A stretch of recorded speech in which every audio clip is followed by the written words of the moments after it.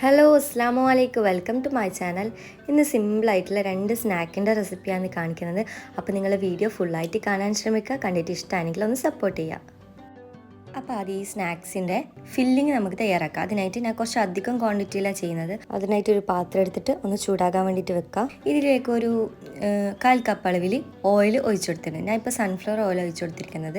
അതിലേക്ക് ഒരു 3/4 കിലോ ഉള്ളി ചെറുതായിട്ട് കട്ട് ചെയ്തത് ചേർത്ത് കൊടുത്തിന്. പിന്നെ 1.5 ടീസ്പൂൺ അളവിൽ ഉപ്പ് ചേർത്ത് കൊടുത്തിന്. ഇനി ഇതിലേക്ക് എരിവിന് ആവശ്യത്തിന് പച്ചമുളക് ചേർത്ത് കൊടുക്കാം. ഞാൻ ഇപ്പോൾ 3 പച്ചമുളകാണ് ചേർത്തെടുത്തിരിക്കുന്നത്. ഇനി ഇതിലേക്ക് 2 ടേബിൾ സ്പൂൺ നിറച്ചും തന്നെ ഇഞ്ചി വെളുത്തുള്ളി പേസ്റ്റ് ചേർത്ത് കൊടുക്കുക. പിന്നെ ഒരു ചെറിയ ക്യാപ്സിക്കം ചെറുതായിട്ട് കട്ട് ചെയ്തിട്ട് അതും കൂടി ചേർത്തിട്ട് ഉള്ളി സോഫ്റ്റായിട്ട് വരുന്നേരം ഒന്ന് വഴറ്റിയിട്ട് എടുക്കാം. ഉള്ളി സോഫ്റ്റായിട്ട് വന്ന ശേഷം ഇതിലേക്ക് 1/2 ടീസ്പൂൺ അളവിൽ ഗരം മസാല ചേർത്ത് കൊടുത്തിന്. പിന്നെ 1/2 ടീസ്പൂൺ അളവിൽ മഞ്ഞൾപ്പൊടിയും പിന്നെ എരിവിന് ആവശ്യത്തിന് മുളക് പൊടിയും കൂടി ചേർക്കാം. 1 ടീസ്പൂൺ അളവിൽ തന്നെ മീറ്റ് മസാല ഉണ്ടെങ്കിൽ ചേർക്കുക, അല്ലെങ്കിൽ ഗരം മസാല ഒരു 3/4 ടീസ്പൂൺ അളവിൽ ചേർത്ത് കൊടുത്താൽ മതി. എന്നിട്ട് ഇത് നന്നായിട്ട് മിക്സ് ആക്കിയ ശേഷം ഇതിലേക്ക് ഒരു കൈപ്പിടി നിറച്ചും തന്നെ മല്ലിയില ചേർത്ത് കൊടുക്കുക. ഇനി ഇതിലേക്ക് 1/2 കിലോ ചിക്കനെ ഞാൻ ഉപ്പും മഞ്ഞളും ഇട്ടിട്ട് ഒന്ന് വേവിച്ചെടുത്തതാണ്. അത് മിക്സിയുടെ ജാറിലിട്ടൊന്ന് നന്നായിട്ട് തന്നെ പൊടിച്ചിട്ട് അതും കൂടി ചേർത്തിട്ട് നന്നായിട്ട് മിക്സ് ആക്കി കൊടുക്കാം. ഇതാ മസാല ഫില്ലിങ് തയ്യാറായി. ഈ ഫില്ലിങ് വെച്ചിട്ടാണ് ഇനി സ്നാക്സ് ഉണ്ടാക്കാൻ പോകുന്നത്. അതിനായിട്ട് ഫസ്റ്റ് ഞാൻ റോളാണ് തയ്യാറാക്കുന്നത്. റോളിനായിട്ട് 2.5 കപ്പ് മൈദ ഞാൻ ഒരു മിക്സിയുടെ ജാറിലേക്ക് ചേർത്ത് കൊടുത്തിന്. ഇനി 2 മുട്ട പൊട്ടിച്ചിട്ട് ഇതിലേക്ക് ഒഴിച്ചു കൊടുക്കാം. റോൾ എല്ലാവർക്കും അറിയുന്നുണ്ടാവും, എന്നാലും അറിയാത്തവർക്ക് വേണ്ടിയിട്ടാണ്. ഇനി ഒരു 3/4 ടീസ്പൂൺ അളവിൽ ഉപ്പ് ചേർത്ത് കൊടുത്തിന്. ഒരു 3/4 ടീസ്പൂൺ അളവിൽ കുരുമുളകും കൂടി ചേർത്തിട്ട് ഇതിലേക്കൊരു ഞാനിപ്പോൾ ഏകദേശം ഒരു 4 കപ്പോളം വെള്ളം ഇതിലേക്ക് ആഡാക്കി കൊടുത്തു. നിങ്ങൾ കുറച്ചായിട്ട് ഒഴിച്ചു കൊടുത്തിട്ട് ഇതാ ഈ ഒരു തിക്നെസ്സിൽ വേണം ഒന്ന് അടിച്ചെടുക്കാൻ വേണ്ടിയിട്ട്. നല്ല ലൂസാക്കിയിട്ടല്ല, ചെറിയൊരു തിക്നെസ്സിൽ നമ്മൾ ദോശയെല്ലാം ചുടുന്ന ആ ഒരു തിക്നെസ്സിൽ വേണം നമ്മൾ ഇത് അരച്ചെടുക്കാൻ വേണ്ടിയിട്ട്. എന്നാൽ ഒരുപാട് കട്ടിയാകാൻ പാടില്ല. ഇനി നമുക്കിത് ഓരോന്നായിട്ട് ചുട്ടെടുക്കാം. അതിനായിട്ട് ഒരു ഫ്രൈങ് പാന് ഞാൻ അടുപ്പത്തേക്ക് വെച്ചിട്ട് എന്നിട്ട് നല്ല തിന്നായിട്ട് നമ്മൾ ദോശ ചുടുന്നതിരി തിന്നായിട്ട് തന്നെ ഒന്ന് ചുട്ടെടുക്കുക. നല്ല ലോ ഫ്ലെയിമിൽ വെച്ചിട്ട് ചുട്ടാൽ മതി കേട്ടോ. ഹൈ ഫ്ലെയിമിൽ വെച്ചിട്ട് ചുടുമ്പോൾ ഇതിലേക്ക് ബബിൾസ് വരാൻ ചാൻസ് ഉണ്ട്. എന്നിട്ട് മേൽഭാഗത്തിലൊന്ന് ഡ്രൈ ആയി കഴിഞ്ഞാൽ ഉടനെ നമുക്കിത് എടുത്ത് മാറ്റാം. ഇത് നേരെ എടുത്തെത്തുന്നത് തിരിച്ചിട്ടാണ് ഞാൻ ഇട്ട് കൊടുക്കുന്നത്.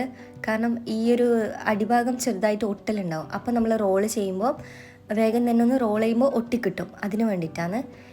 ഇനി ഇതിലേക്ക് കുറച്ച് ഫില്ലിങ്സ് വെച്ചിട്ട് 2 അറ്റത്തുനിന്നും ഒന്ന് മടക്കി കൊടുക്കുക. റോള് ചെയ്യാൻ എല്ലാവർക്കും അറിയുന്നുണ്ടാവും, എന്നാലും അറിയാത്തവർക്ക് വേണ്ടിയിട്ട് ഇപ്പുറത്തെ അറ്റത്തുനിന്നും 2 അറ്റത്തുനിന്നും മടക്കിയിട്ട് ഒന്ന് റോളാക്കിയിട്ട് എടുക്കാം.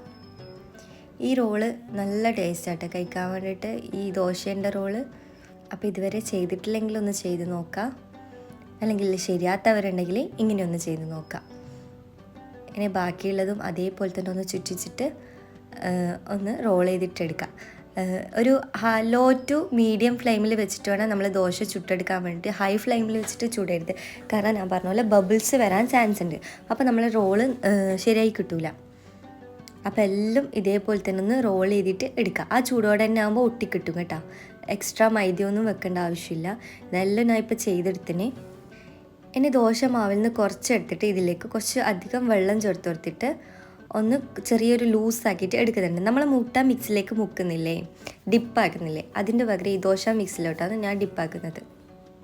ഇനി നമ്മൾ ഓരോ റോളും ഇതിലേക്ക് ഒന്ന് കോട്ട് ചെയ്തിട്ട് ബ്രെഡ് ക്രംസാണ് ഞാൻ എടുത്തിരിക്കുന്നത്. അപ്പോൾ ബ്രെഡ് ക്രംസിലേക്ക് കോട്ട് ചെയ്തെടുക്കാം. ഇങ്ങനെ കോട്ട് ചെയ്യാൻ ഇഷ്ടമില്ലെങ്കിൽ ഡയറക്റ്റ് ആ ദോശ എടുത്തിട്ട് ഫ്രൈ ആക്കിയാലും മതി, അപ്പോഴും നല്ല ക്രിസ്പിനെസ് കിട്ടും. ഇനി ആ ദോശ ആ ലിക്വിഡ് ബാറ്ററിലോട്ടൊന്ന് മുക്കി ബ്രെഡ് ക്രംസിൽ കോട്ട് ചെയ്തിട്ട് നമുക്കൊന്ന് എടുത്ത് വെക്കാം. എല്ലാം അതേപോലെ ഒന്ന് ചെയ്തെടുക്കുന്നുണ്ട്.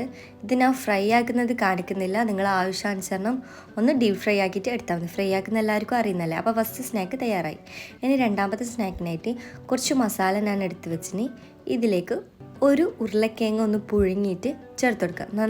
നന്നായിട്ട് തന്നെ ഒന്ന് പുഴുങ്ങിയെടുക്കണം. നല്ല സോഫ്റ്റായിട്ട് തന്നെ ഉടച്ചെടുക്കാൻ പറ്റുന്ന രീതിയിലൊന്ന് പുഴുങ്ങിയെടുത്തിട്ട് ആ മസാലയിലോട്ട് ചേർത്തിട്ട് ഒന്ന് ഉടച്ചെടുക്കാം.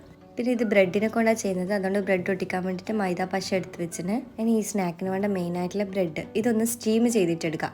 ഒരു 3 മിനിറ്റ് ഒന്ന് ആവി കയറ്റിയിട്ടെടുത്താൽ മതി. ഇത് പരത്താൻ വേണ്ടിയിട്ടാണ് നമുക്ക്.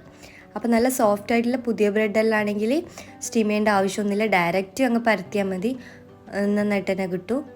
അല്ലാത്ത ബ്രെഡാണെങ്കിൽ ഒരു 3 മിനിറ്റ് ഒന്ന് ആവി കയറ്റിയിട്ട് എടുത്താൽ മതി. അപ്പാടെ തന്നെ നല്ല സോഫ്റ്റ് ആയിട്ട് കിട്ടും. ആ ചൂടോട് കൂടിയിട്ട് തന്നെ നമുക്കൊന്ന് പരത്തിയിട്ടെടുക്കാം. ഇപ്പോൾ ഇത് ഒരു 3 മിനിറ്റ് കഴിഞ്ഞതിന് നല്ല സോഫ്റ്റ് ആയിട്ട് തന്നെ കിട്ടണേ. ഇനി നമുക്കിത് ഓരോന്നായിട്ട് ബ്രെഡ് പരത്തുന്ന പലകയിലോട്ട് ഇട്ടിട്ട് ഒന്ന് വേഗം തന്നെ ഒന്ന് പരത്തിയിട്ടെടുക്കുക. നല്ല സോഫ്റ്റ് ആയിട്ട് തന്നെ കിട്ടും കേട്ടോ.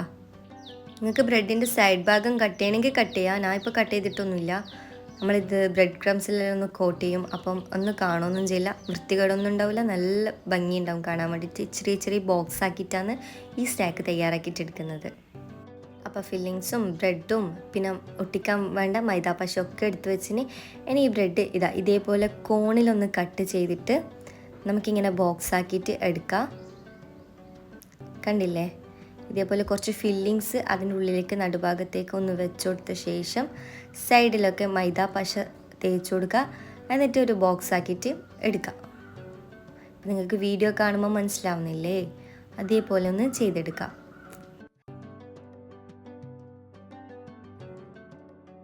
ഇത് നിങ്ങൾക്ക് ഇഷ്ടമുള്ള രീതിക്ക് ഷേപ്പ് ചെയ്തിട്ടെടുക്കാം. ഇത് ഫില്ലിങ്സ് ഫ്രൈ ആക്കുമ്പോൾ എണ്ണയിൽ പോകുന്നുള്ള പേടി വേണ്ട. ഇതിൽ ഒരു കോട്ടിങ്ങും കൂടി കൊടുക്കും. അപ്പോൾ 2 ഭാഗത്ത് നിന്ന് ഒട്ടിച്ചിട്ട് ഇതേപോലെ ചെറിയൊരു ബോക്സ് ആക്കിയിട്ട് എടുക്കാം. ഇനി അങ്ങനെ കോണായിട്ട് കട്ട് ചെയ്യുന്നില്ലെങ്കിൽ ഡയറക്റ്റ് ബ്രെഡ് എടുത്തിട്ട് നേരെ പകുതിയാക്കിയിട്ട് കട്ട് ചെയ്തിട്ട് ഫില്ലിങ്സ് വെച്ച ശേഷം ഒന്ന് മടക്കിയെടുക്കുക. അപ്പോൾ നല്ല നീറ്റിൽ തന്നെ മിനി കട്ട്ലൈറ്റ് ബോക്സ് തയ്യാറാക്കിയിട്ട് കിട്ടും. ആ ഒട്ടിക്കുന്ന ഭാഗത്ത് മൈദയും വെള്ളയും കൂടി മിക്സാക്കിയ പശ അതിലേക്ക് തേച്ച് കൊടുക്കുക. എന്നിട്ട് കുറച്ച് മസാല ഫില്ലിങ്സ് വെച്ച് കൊടുക്കുക. എന്നിട്ടൊന്ന് കവർ ചെയ്തിട്ട് എടുക്കാം. എല്ലാം ഇതേപോലെ തന്നെ നമുക്കൊന്ന് ചെയ്തെടുത്തിട്ട് വരാം.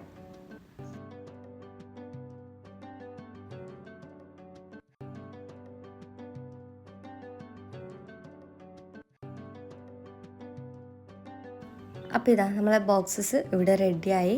ഇനി നമുക്കിതൊരു കോട്ടിങ് കൊടുക്കാം. ഞാൻ കുറച്ച് മൈദ എടുത്തിട്ട് നല്ല ലൂസായിട്ട് കുറച്ച് വെള്ളം ഒഴിച്ചിട്ടൊന്ന് കലക്കിയിട്ട് എടുത്തിട്ട് പിന്നെ കുറച്ച് ബ്രെഡ് എടുത്തിട്ടൊന്ന് ക്രംസ് ആക്കിയിട്ട് എടുക്കുക പൊടിച്ചിട്ട്. എന്നിട്ട് ആ മൈദ കോട്ടിങ്ങിലോട്ടൊന്ന് ഡിപ്പ് ചെയ്യുക. എന്നിട്ട് ബ്രെഡ് ക്രംസിലോട്ടും ഒന്ന് ഡിപ്പ് ചെയ്തിട്ട് കോട്ട് ചെയ്തിട്ട് എടുക്കുക. ഇതെല്ലാവർക്കും അറിയുന്നല്ലേ? അതേപോലെ ഒന്ന് ചെയ്തെടുക്കുക. ഈ സ്നാക്കും ഞാൻ ഫ്രൈ ആക്കുന്നത് കാണിക്കുന്നില്ല. ഫ്രൈ ആക്കുന്നത് എല്ലാവർക്കും അറിയുന്നല്ലേ? ഡീപ്പ് ഫ്രൈ ആക്കുക. പിന്നെ ഈ ബ്രെഡായിട്ട് തന്നെ എണ്ണ കുടിക്കും എന്നുള്ള പേടിയൊന്നും വേണ്ട. നമ്മൾ പുറത്ത് മൈദ കോട്ടിങ്ങും അതേപോലെ നമ്മൾ സ്റ്റീം ചെയ്തെടുത്തിട്ട് ഒന്ന് പരത്തിയെടുത്തിട്ടല്ലേ, അതുകൊണ്ട് തന്നെ എണ്ണ ഒന്നും കുടിക്കില്ല കേട്ടോ.